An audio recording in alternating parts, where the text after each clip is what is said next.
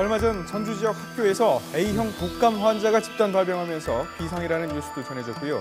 오늘 저희가 다룰 주제가 이 독감에 걸렸던 아이가 갑자기 사망한 사건입니다.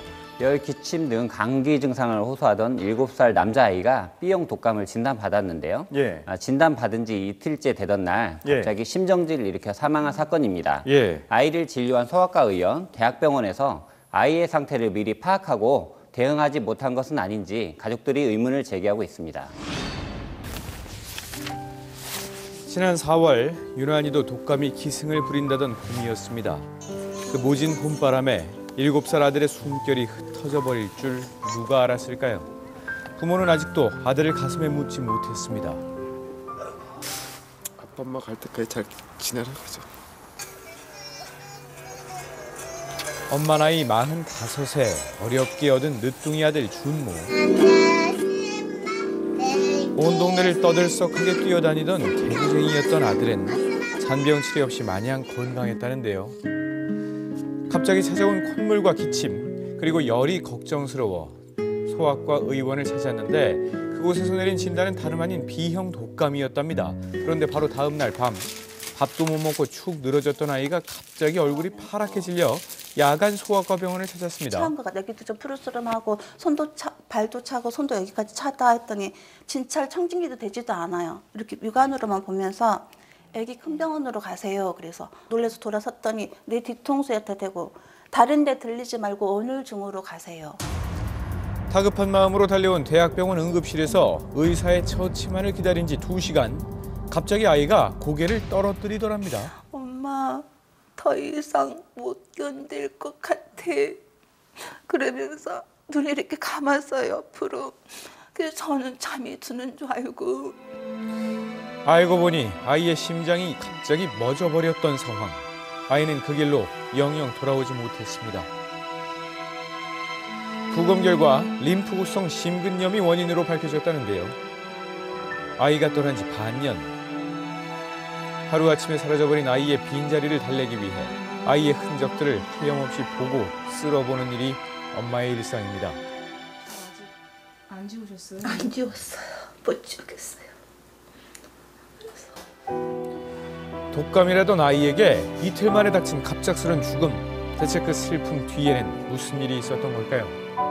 네, 자 일단 부검 결과가 이 림프구성 심근염이 사망 원인이라고 밝혀졌단 말이죠. 이게 독감하고 어떤 관련이 있는지 좀 얘기해 주시죠.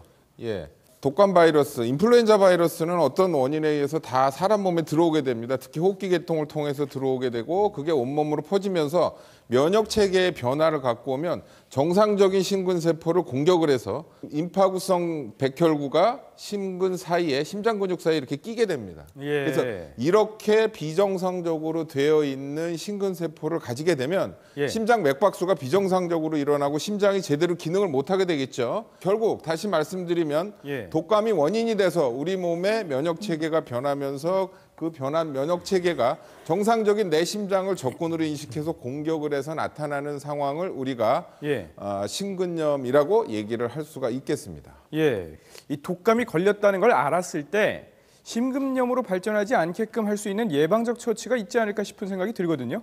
예, 사실은 불행히도 그런 예방적 처치는 없고요. 그런가요?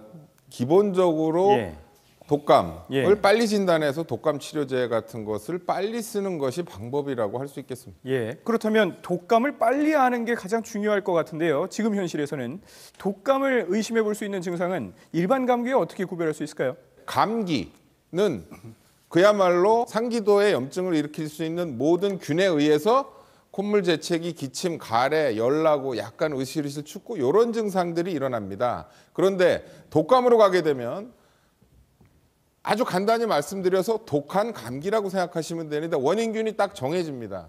인플루엔자 바이러스라고 하는 이놈이 몸에 들어가서 일으키는 그 증상들이 있는데 특히 열이 굉장히 많이 납니다. 그리고 열이 나면서 춥고 떨리고 두들겨 맞은 사람처럼 근육통, 머리 아프고 이런 굉장히 심하게 일어나죠. 그러면서 아까 일반적인 감기에서 나타났던 호흡기 증상이 더 심하게 나타나게 됩니다. 그래서 현장에서 간단한 진단 검사로 밝힐 수가 있습니다. 이런 걸 통해서 진단하는 수밖에 없을 것 같습니다. 어린이집 부모의 억울함이 바로 여기에 있습니다. 아이의 B형 독감을 왜 빨리 밝히지 못했느냐는 건데요.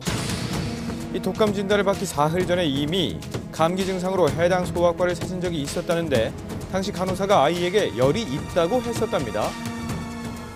금요일 날 열 체크를 37.9도로 간호사가 해서 올렸는데 이 사람은 모르고 일반 감기약을 3일거 지어준 거예요.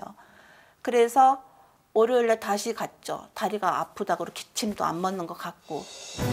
호전이 없자 다시 향한 소아과에서 엄마는 지난번 진찰 때 왜 해열제 처방이 없었는지 물었답니다. 의사가 열이 있었어요 하면서 그 PC 화면을 보더니 열이 있었네 그러면서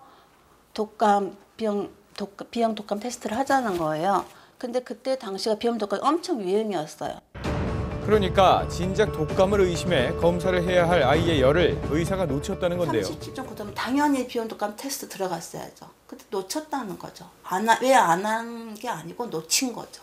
예, 초기에 온 증상이 37.9도 미열이고요. 마른 기침하고 코 막히는 증상 외에도 없었다고 그러면 그 상태에서 독감 검사를 하면은 욕먹어요, 일반적으로. 그 장사를 할 거냐.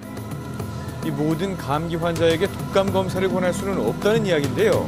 의료보험 혜택을 받을 수 없는 비급여 진료라 의사가 소위 장사 속이라 오해받기 십상이라는 겁니다. 한편 사망 직전 대학병원 응급실에서의 대응 또한 석연치 않답니다. 도착 당시 맥박과 혈당 수치 등 상태가 나빴는데도 왜 의사들이 바로 와서 치료하지 않았느냐는 의문입니다. 수치라고 하면 굉장히 안 좋은 상태예요. 굉장히 위험한 상태인데 애를 갖다가 이제 5살, 6살밖에 안 데려갔다가 그 응급실 복도에다가 침대도 없어갖고 그냥 간이 유모차에다 냅두고서는 배가 아프다고 1시간 동안 계속 애 엄마가 쫓아가서 얘기 봐달라고 하는데 한 번도 와서 안 봐주고 있다가 그 뒤에 검사를 해서 무슨 소용이 있어요. 애가 이미 쇼크를 받아서 쓰러졌는데 저는 게 제일 분통이 터지고 애 아빠로서 지금도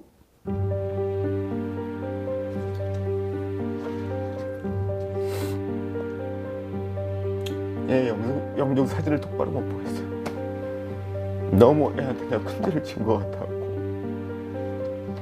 네, 지금 가족들의 주장은요. 일단 B형 독감 진단 자체가 늦었고요. 그리고 그 이후에 심근염 진단을 왜 일찍 하지 못했느냐 하는 의문이거든요. 일단 이 사건에서 좀 예. 아쉬운 부분은 예. 증상이 원래 4월 1일 날 발생했는데 4월 4일 두 번째 내원에서야 진단이 됐거든요. 예. 근데 4월 1일 날 처음에 내원했을 때 진단을 했더라면 어땠을까 하는 아쉬움이 있습니다. 예. 왜냐하면 독감 치료제 같은 경우에는 증상이 초기에 발생했을 때 그때 투약을 해야 효과가 있고요. 그렇죠. 또 이때 4월 달 같은 경우에는 독감이 대유행하던 시기였기 때문에 예. 처음에 왔을 때 보호자들한테 설명을 하고 진단을 했더라면 예. 치료제를 복용해서 호전되지 않았을까 하는 아쉬움이 있습니다. 설명하지 않은 것도 의료 과실로 볼 수 있을까요? 그렇죠. 이제 독감이 유행하는 시기고 예. 그런 독감 증상으로 왔기 때문에 예. 보호자들한테는 독감일 가능성이 있다. 그렇기 때문에 한번 진단을 받아보자 이렇게 설명을 했었어야 되는데 예. 그런 설명을 다 하지 못한 부분에 대해서는 법적 책임을 물을 수도 있습니다. 그렇군요. 그리고 이후에 대학병원 응급실로 또 갔었는데 응급실에서도 바로 처치가 이루어지지 않았다고 주장을 하고 있는데 자 차트를 봤을 때 어떻게 보시나요? 일단 차트에 보시면 여기 루틴랩 피검사입니다. 시행 후 하이드레이션 대기 중. 무슨 얘기냐면 링겔을 맞고 피를 뽑아놓고 검사를 기다리고 있었다. 예. 그러니까 수액 처치는 들어가고 있었다라고 볼 수가 있겠습니다. 그래서 예. 이러한 것으로 보면 사실은 아주 아무것도 안 했다고 볼 수는 없고요. 물론 이상적으로 생각을 했을 때는 응급실에 들어가는 순간 다 모든 게 이루어지면 좋겠지만 대한민국 의료 현실, 특히 응급실이 과포화가 되고 환자가 많은 상황에서 적절한 처치가 다 이루어지기는 현실적으로 매우 힘든 부분이라고 생각을 합니다. 예. 지금 간호기록지상으로 보면요. 혈당 수치가 512였다는 점이 상당히 높다고 지금 가족들은 주장을 한단 말이죠. 혈당 수치가 높은 것이 곧 심근염의 전구 증상이라든가 심근염하고 1대1로 매칭시켜서 생각할 수 있는 상황 같으면 이게 절대적인 잘못이라고 생각이 들겠지만 예. 이거는 전신 상태가 나빠지는 하나의 증후라고 봤을 때는 크게 예. 뭐 그때 와서 봐줬으면 좋겠지만 예. 나중에 검사 결과를 보고 처치를 해도 되는 그런 예. 상황이라고 판단을 한 것 같습니다. 그런가요? 자, 우리가 가장 무기력함을 느낄 때가 어쩔 수 없는 일이다라는 이야기를 들을 때죠. 하지만 환자 입장에서 최선의 처치를 받았다고 느낀다면 어쩔 수 없는 일을 겪더라도 억울함은 덜하지 않을까 싶네요. 여기서 마치겠습니다.